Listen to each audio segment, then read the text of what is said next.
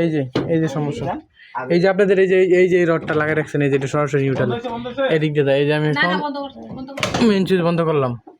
এমন সমস্যা থাকলে মিটার 100 বার পরিবর্তন করলেও লাভ হবে না, বিদ্যুৎ বিল কখনোই কম আসবে না। এই গ্রাহকের যে সমস্যাটা দেখুন, আমি মিটারের লোড প্রান্তের ফেজ খুলে দিচ্ছি, শুধুমাত্র নিউট্রাল সংযোগ আছে, তারপরে দেখেন মিটারে পাঁচ দিচ্ছে এবং লাফাচ্ছে, অর্থাৎ এই গ্রাহকের ওয়ারিংয়ের সমস্যা রয়েছে।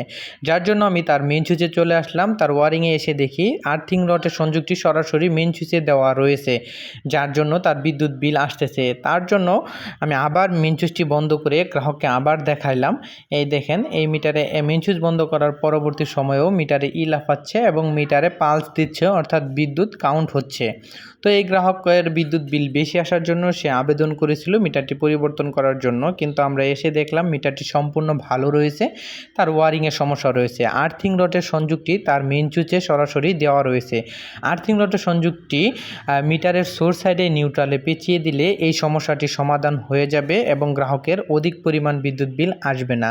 আপনারা দেখতেই পারলেন, আমি যখন মিটারের লোড প্রান্ত খুলে দিলাম, মিটারে কোনো আর লাফায় না বা লাফায় না বা মিটারে পালসও দেয় না, অর্থাৎ মিটারটি সম্পূর্ণরূপে ভালো রয়েছে।